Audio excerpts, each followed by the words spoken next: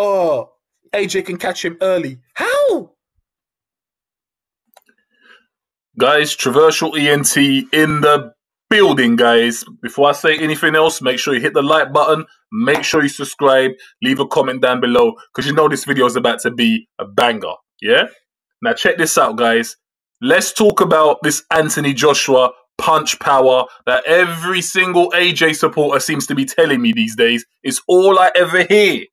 AJ's uppercut, AJ's power will KO Tyson Fury from the fight. Yeah? Alright, let's look at it then, guys. Let's break it down. This punch power, let's talk about it. This for your heads, yeah? When you are fighting an elite fighter, their main job, understand it, their main job of an elite fighter is to take away your best weapons. The fighter that can take away the best weapons out of the other guy and who can implement their game plan is the fighter that will win when it comes to two elite fighters fighting. Whilst Luis Ortiz was fighting Deontay Welder, he took away Wilder's right hand. Wilder couldn't do a damn thing to him. He lost concentration, he got clipped, he's not knocked out. Both things happened in both fights. Tyson Fury took away Wilder's right hand. Wilder couldn't do a damn thing. Then he dominated him. So for me, why is everyone banking so much on AJ's power? As if Tyson Fury doesn't know that he needs to take that away from AJ. What is Anthony Joshua's best punch? Most people that I talk to, they all say it's the uppercut that's going to put Tyson Fury to sleep. For me, I don't understand how on earth they can conclude that. Fury's got such long arms, he doesn't need to get that close to Anthony Joshua. He could literally keep Joshua at the end of the jab the whole night if he wanted to. The only way AJ will close that gap is if AJ presses. But there's an answer to people who press. Vladimir Klitschko laid the blueprint for beating Anthony Joshua, right? Vladimir Klitschko laid the blueprint for beating Anthony Joshua. The problem is, Klitschko was an aged fighter. He gave the best performance of his life, but he was an aged fighter. He wasn't Vladimir Klitschko in his prime, although he gave a prime-like performance. And I don't take nothing away from AJ. AJ's youth gave him second win, and he was able to do what he needed to do. But if Vladimir Klitschko was younger, in his prime, he probably would have closed the show after he had dropped AJ. But he wanted to conserve his energy, understanding that he's an old man, understanding that he's got to pace himself. He was hesitant to close it. He thought, I'll get another opportunity. A younger Klitschko would have lunged in there, as Klitschko usually does when he hurts someone. He lunges in with hooks when he's got you hurt. Vladimir Klitschko let Joshua off the hook after he dropped him.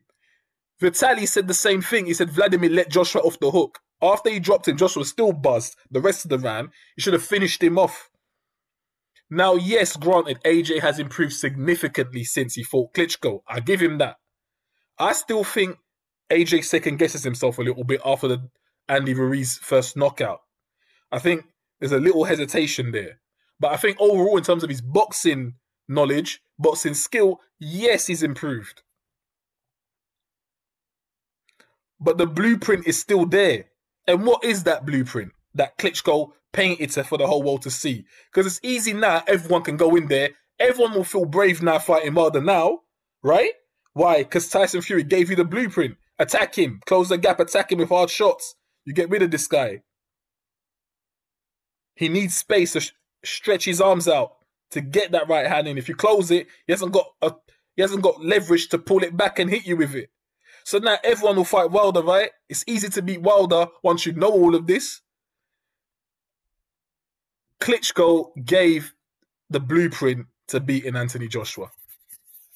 Which is what? In my opinion, there's two ways to do it, but Klitschko gave one of the most effective way. If you are a tall guy and you are taller than Joshua and you have longer arms than AJ, you simply have to keep him at the end of your jab. If you play the jab game with Joshua and you are an elite fighter, Klitschko possesses an elite jab. There was no way in God's green earth Joshua was going to out-jab Vladimir Klitschko. Everyone and their grandmothers knew that. So where did Klitschko keep Joshua? At the end of his jab. Did you see Klitschko going in there, closing the gap at any point? Aside from when he got knocked out and knocked down. No. Did you see Joshua run in there and close? It's hard to run in there when a guy's jabbing and peppering your face. Go and ask Daniel Dubois how it feels like to get your face peppered with jabs all day. Yeah? Salute to Joe Joyce on that. Now, Joshua could have learned from that. But here's part number 2 that Klitschko also showed you. If Joshua runs in, eager to close the gap and get his power shots in, it's a simple way to neutralize a guy that does that. How does the boxer neutralize the brawler? Clinch him. Clinch him. How did Anthony Joshua himself neutralize David or Andy Ruiz when he tried to close the gap? Anthony Joshua himself showed you the strategy. How did he neutralize it? He clinched him. If he couldn't run around him because he was closing the gap too much, he clinched him. That's how you neutralize a guy who's trying to come forward and fight in close contact. If you don't want the close contact fight, they call it a stinker. They call it a boring fight. It is what it is. A win's a win, right? So I don't understand why a lot of these AJ fans think it's going to be the power that's going to win AJ in the fight. The uppercut, AJ will close the gap and let go of his hard hooks and he's going to catch him. You lot are dreamers, mate. You lot are dreamers, I'm telling you lot. You think Tyson Fury is that stupid? That he doesn't know what Anthony Joshua wants to do? Guys, seriously, do you think Fury doesn't know what AJ is going to attempt to do in the fight? Do you think Fury's bothered if AJ wants to box? Fury will say to AJ, go ahead and you do that. Box if you think that's going to win you the fight. Box me if you think that's going to win you the fight. Fury will be praying that AJ tries to box. When you see AJ losing by a landslide on points, you'll understand how stupid that idea is. So then what's Joshua going to have to revert to when he finds out that boxing ain't working? He's going to have to come in. And you think Fury's not prepared for Anthony Joshua closing the gap on him? Is that what you think? Do you think Tyson Fury forgot the blueprint for beating Anthony Joshua? One of the blueprints of beating Anthony Joshua, which is to clinch him if he comes close, keep him at the end of your jab if he's far. Sometimes when I talk, I feel like I'm talking to kindergarten students. I really do. I'm not joking. Because, like, you talk to these AJ fans and they tell you, the uppercut will beat Tyson Fury. And I'm like, well, why is he going to reach Tyson Fury with the uppercut? Fury's got such long arms, he ain't going to be able... Do you know if you throw an uppercut and you miss, you leave yourself completely exposed? Do you not know that? If you throw an uppercut and you miss, do you know how exposed you become? You are so vulnerable at that point for any shot a guy hits you with. If that happens once, twice, 3, 4, 5 times, do you know what happens to the fighter that keeps throwing the uppercut? He'll become timid to throw it. Because he knows what's going to come back if I miss is going to be a power shot on my face or on my body or whatnot. So look, like I said, Tyson Fury was able to drop Deontay Wilder, and Tyson Fury was considered at that point by non-Fury fans as a feather-fisted guy. But yet he dropped the most devastating heavyweight some believe there's ever been. You lot are so fixated on the punching power. Oh, but Anthony Joshua's not Deontay Wilder. Yeah, we get that. But guess what? Luis Ortiz is intelligent. Luis Ortiz is intelligent. But did he drop Deontay Wilder? No, he didn't. So it's not about that. It's not about AJ smart or AJ's got punching power. That's only as good as you connecting with the guy. If you're not connecting it, of what good is your punching power if you're not connecting it? Didn't Billy Joe Saunders beat, what's his name? David Lemieux. Didn't David Lemieux pose or possess the punching power that's supposed to knock out Billy Joe Saunders?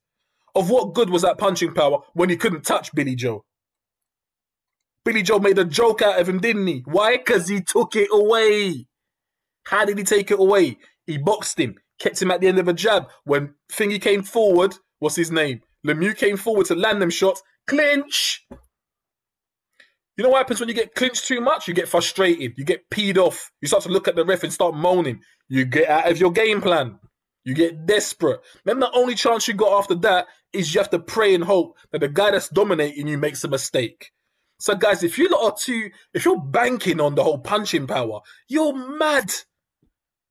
David Hayes' prediction of, AJ can catch him early. How? If Fury is fresh and he's alert, I mean, I admit, at times that I've seen fights where I've kind of wished that Fury was alert a bit more quicker. But I don't think that's a problem with AJ. Fury knows the importance of this fight, the magnitude, right? Like, Fury's not going to be fresh at the start of the fight. He's going to have the most energy he's of the whole fight at the beginning. So if AJ tries it, he'll get clinched. Anthony Joshua, you better have another strategy aside from you thinking you're going to close the gap. The only way AJ's teeing off on Fury is if Fury's on the ropes or in a corner. That's the only way he's teeing off on Tyson Fury, guys. Deontay Wilder in the second, at the start, I think it was the first or second round of their second fight, he caught Fury at the end. Like, the majority of the impact had gone, right? But he still touched Fury with the right hand early in that fight. You know what Fury did? He understood, okay, I'm going to keep a little distance. When he's got that stance or when he's in this position or in this angle, I'm going to give him different looks and close this gap. Do you know, after that one time he touched him, that was pretty much it. He never got touched again. You're dealing with a guy who can he adjusts on the fly. Floyd does that, adjust on the fly. Does Anthony Joshua adjust on the fly? I think not, guys. So that's what I wanted to talk about, this whole punching power thing. Put this argument to bed. Number one, AJ's not a one-punch knockout artist. He hasn't got Deontay Wilder power. He's got the Luis Ortiz type power. And yet Ortiz couldn't knock out Wilder, though he touched him so many times. But Tyson Fury, a feather-fisted guy, could do it. The clinch is the answer to Joshua getting in close, guys. It's not that complicated, yeah? Controversial ENT in the building. Guys, I'm sorry, I just have to tell you lot sometimes. Because you lot, I don't know what you lot are seeing. I'm not saying Joshua can't win the fight. Listen, it is a 50-50 fight, straight up. Either man can win this fight. But the man that adopts the game plan, sticks to it, is going to be the victor. And if both guys do their game plan, I'm thinking Fury's going to dominate Joshua. That's why I'm picking Tyson Fury to win. I have been the boldest, the clearest person on YouTube with my prediction on this fight.